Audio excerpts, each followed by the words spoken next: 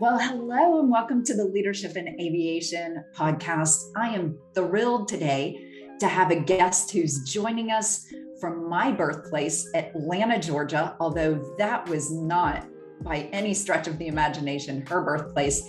Ying McPherson is the Chief Strategy Officer for Unifi and is joining us today from her home there in Atlanta. Ying, thank you so much and welcome to the show. Thank you, and it's great to have the opportunity here to have this chat today. So I'm fascinated by you being in the US and running strategy for a large multinational company that's here in the US, but you were born in China. Is that right? That's correct.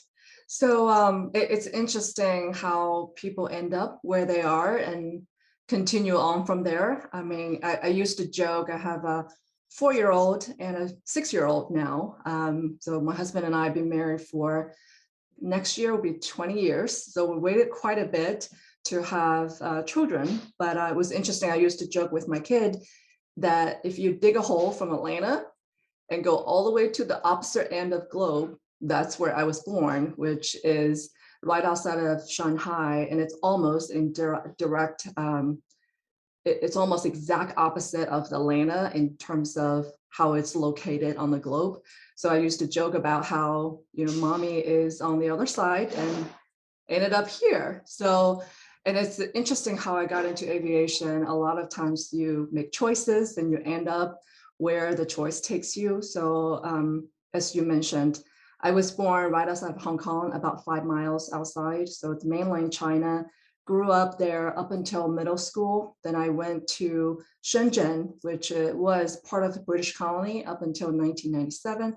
And that became part of mainland China. So I spent my middle school as well as most of high school. And in 1999, it was a very big, call it popular move to go study abroad. And that was the first wave of exchange students for the city that I lived in. So I joined the program, the exchange student program in high school, spent my senior year here in Atlanta, North Atlanta High School, and I lived just outside of Buckhead for my first year here. It was a bit of culture shock. In China, where I grew up, it's almost in the bubble where you live in. So you have these social bubbles that becomes your world and your vision of the world.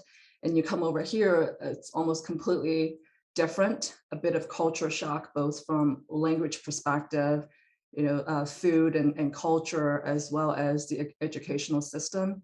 So I ended up graduating from North Atlanta High School in Atlanta, almost by accident, ended up going to Georgia State now for the first 2 years and then transferred to Emory in their business school program. And that's where I graduated from. Yeah, so I think I've sort of stumbled either by luck or by opportunities, always kind of followed or making my life choices based on the people that I surround myself with. So with Emory, it was interesting. I met when I was at Georgia State University, we have these symposiums. So one of the Emory professor, his name is Dr. Jeff Rosenzweig, he had a speaking engagement coming to Georgia State, and that's when I met him. After that, he had studied Chinese history, a lot of economics around Asian economics. So it was super interesting and fascinating. So I wrote to him after I met him at Georgia State. And that's kind of my connection into Emory. Ended up going there partially, just really want to just learn from him. And he became my mentor at the business school. So after that, coming out of Emory, I had jobs to go work in different companies. So I really kind of, again, follow the people that I met doing the career fair. So I ended up at PricewaterhouseCoopers in audit, spent my first 3 years there. Again, follow the same people that I followed into Pricewaterhouse, spent the next 8 years in M&A acquisitions with Truist Bank now. It was Robinson Humphrey at that point in time. After about 8 years of banking, I really wanted just to grow with an industry. So I picked the perhaps the most boring industry in paper packaging that normally grew about 3% or alongside of GDP. But when I started with the company, it was Rock10 at that point in time, a regional paper packaging firm. I started the day before we closed the acquisition. So the company was about 3 billion in sales. When I left about 8.5 years ago, it was just shy of 20 billion.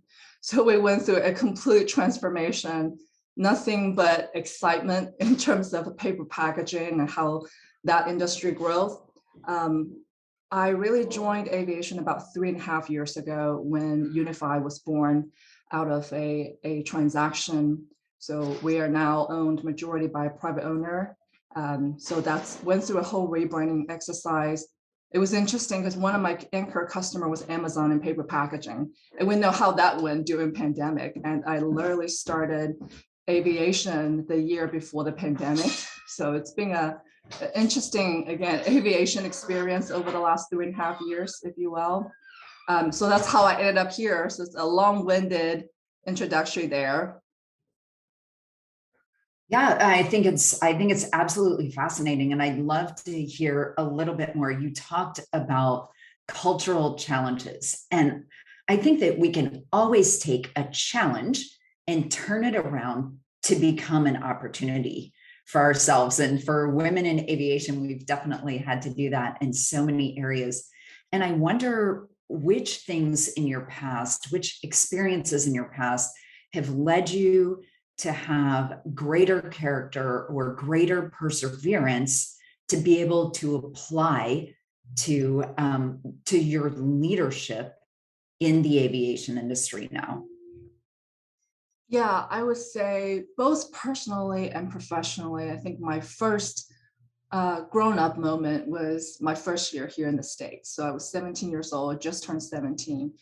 And sort of growing up in the social bubble, as I was mentioning, my first shock was when I, basically the first 3 months I was here, crying, calling my parents, and my dad had basically told me that, it's not the end of the world. You have made a choice, and the choice led you where you are, and you really have to live through the consequences and see if the choice turns into an opportunity or a disaster. But either way, it's a great experience. So that was kind of the first lesson, wake up moment, to really kind of realize I am the stuff, living the consequences of my choice, and that it's really up to me to decide where this is going to go from here. So I think that was the first kind of light bulb moment in my mind, that I really took that and kind of turned that around a little bit. Instead of being depressed about the current situation, I kind of see that as what's the worst thing that can happen, and really kind of take that and see where that goes. So from a personal perspective, that was the experience that really kind of started this whole growth journey. And within the aviation experience I've had, it was, again, COVID. It was a scary moment that there was no precedence in terms of how to deal with this type of situation. And I think, to your point earlier, is really about mentally, do you make that switch to say, what's the worst can happen? And you will be in a much different place than some of the actions that you perhaps would have taken. I think a lot of times people say it's all in your head. And to me, a lot of it is all in your head in terms of how you think about it. Yeah, mindset is super important in leadership, for sure, in leadership of yourself and in leadership of your team.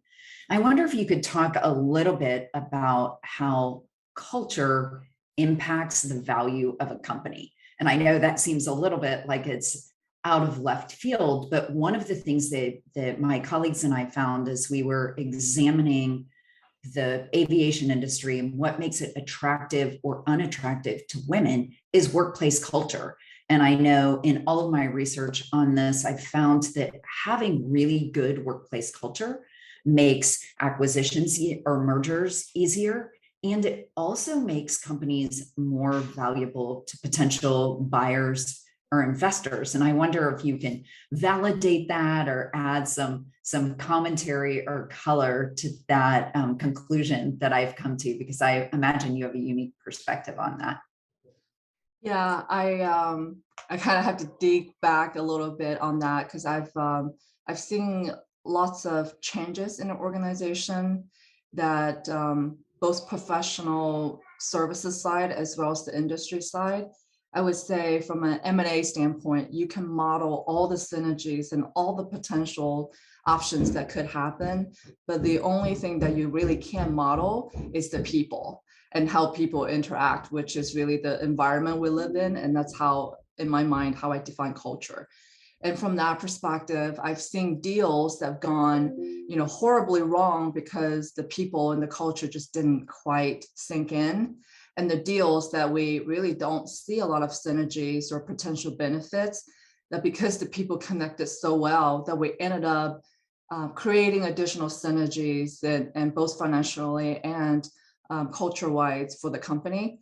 So I would say that most of our employees were in the people business. 70-80% of our cost structure is our people, which is our number one asset.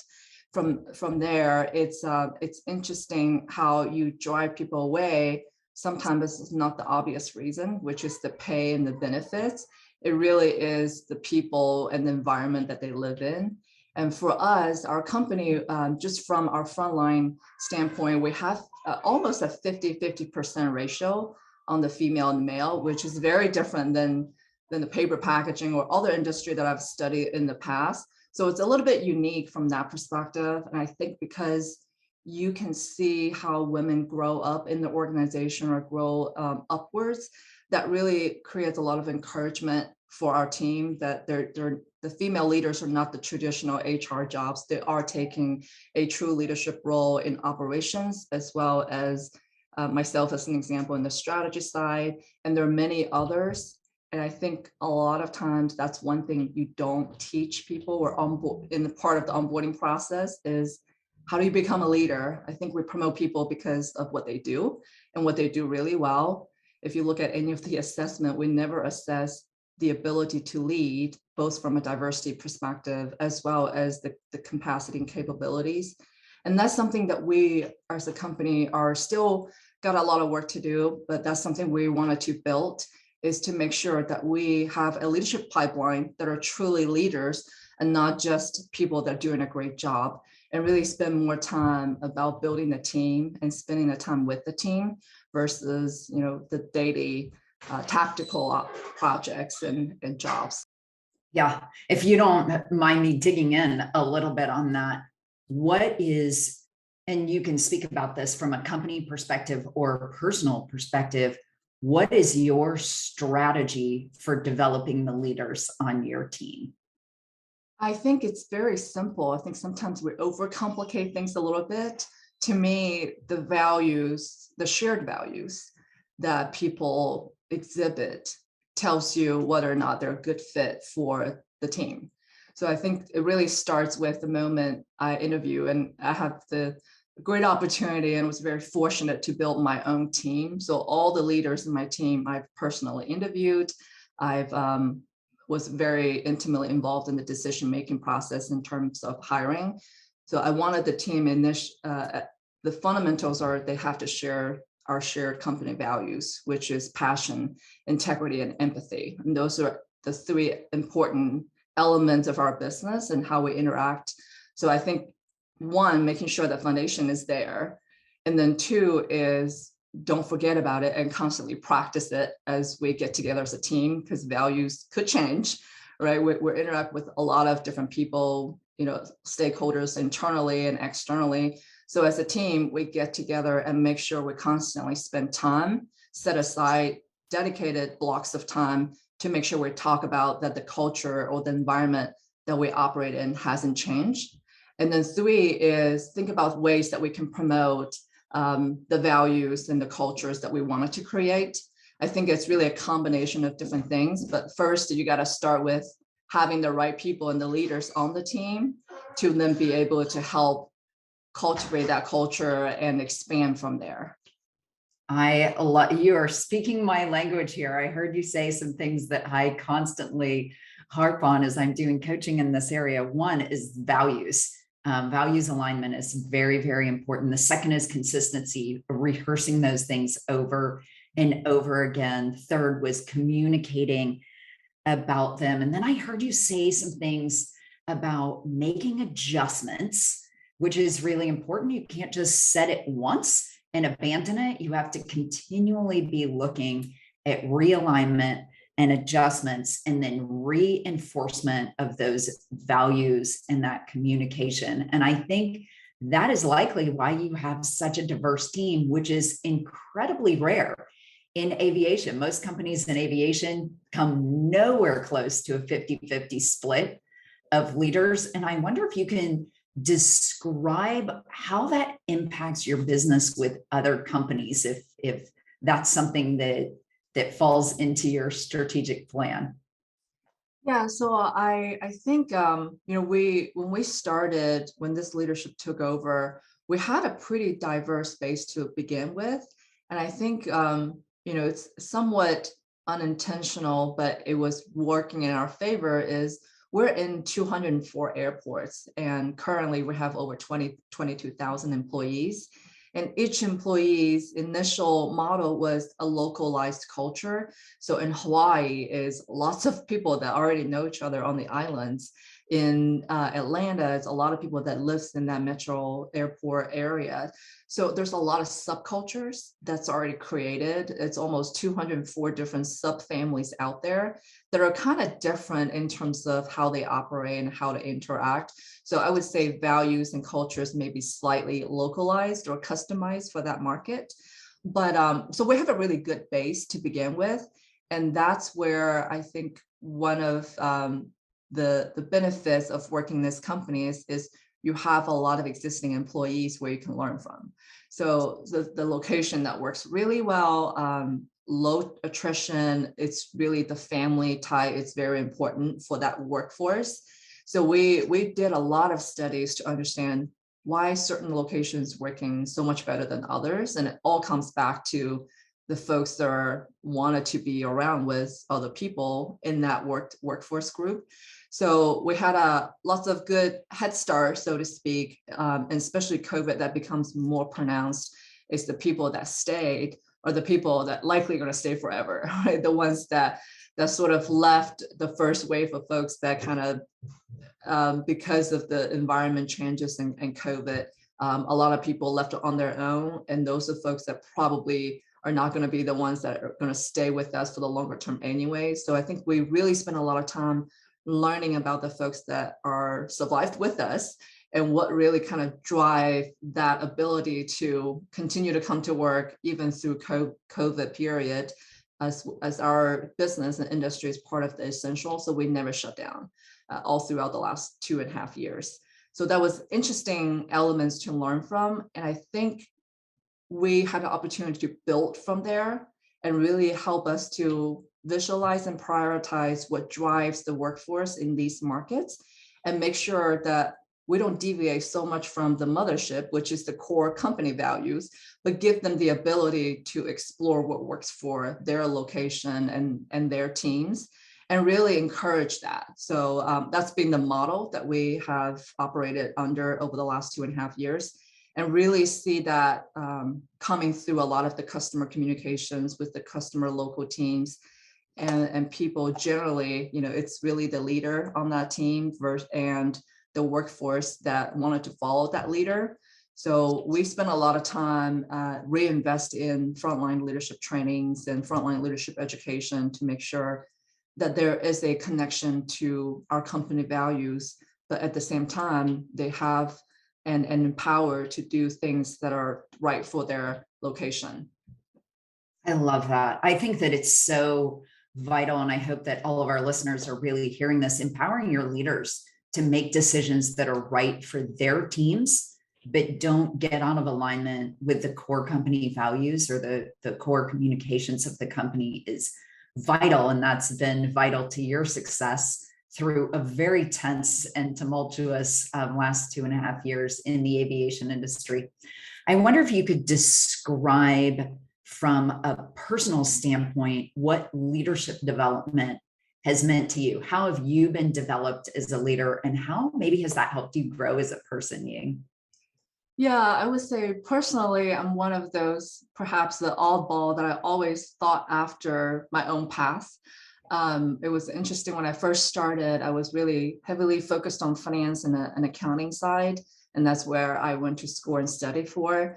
But over time, I realized I wanted to do more. And I have a lot of roadblocks, so to speak, along the way to say, you're either on the finance track or you're on the accounting track, and there's, debts that you need to go into. You really don't want to move around so much and learning a little bit about everything. So it was a challenge to overcome those dark moments, if you will. But along the way, I've always found someone that believed in me, that helped me get out of that little black hole that I was spinning in. And I think from personal standpoint is I've always followed the right people and the leaders that I really admire and aspire to be. I always trying to find out what is it about them, what is it they do that makes them so much different than other leaders that I've seen in both inside and outside of our industry. And I think really just almost in a way, it's a non-traditional way of growing personally and professionally is surround yourself with the right people, and that gets you through a lot of the tough decisions that you have to make, and also look back and really knowing that it's just a decision, a choice. Even if I deviate from the past, I can always come back to the main road, right? And not get discouraged about the little things that happens at different times of our lives. And I think from the leadership training standpoint, I want to make sure our employees have opportunity to get exposed to different leaders and have that, similar, there's a traditional textbook structure of going to these different trainings, which helps. These are tactics that we can learn to help develop ourselves professionally and from a leadership standpoint, but also have that open mind to see that there are multiple ways to roam. And it's okay that your path may be different than the traditional path, but make sure you have the right leaders and the right exposures to the right people, or so to speak, that environment that's going to help cultivate when things don't go exactly the way you expect it to.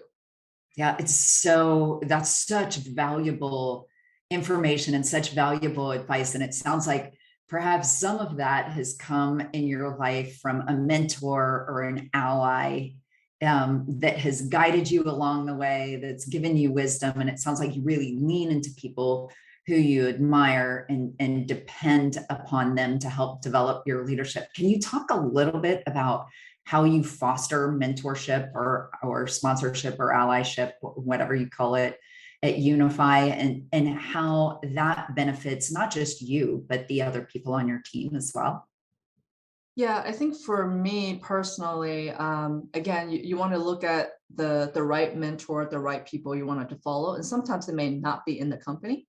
So I think from personal standpoint, I've always,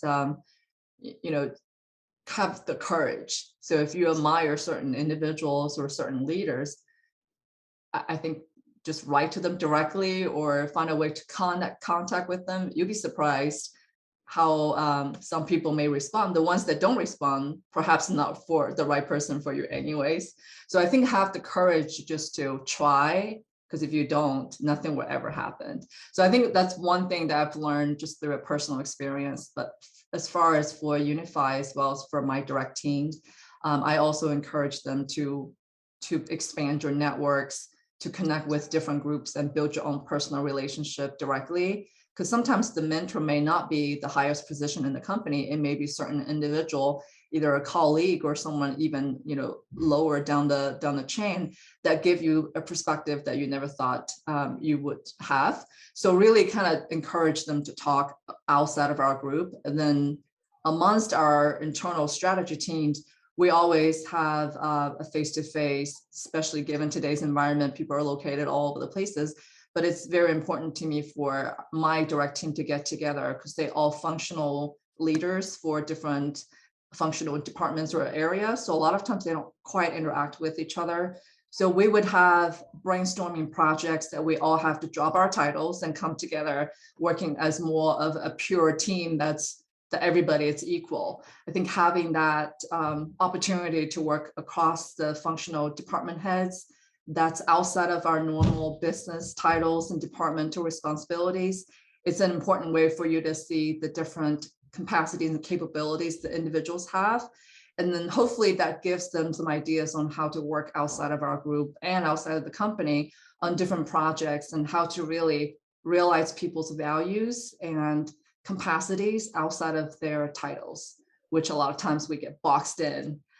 So those are the different ways that I've encouraged my team, and I wanted to also expand that outside of my team within the Unifi. What a great strategy for leadership. I think that's amazing to help people think outside of the box and to look for help or encouragement in different areas.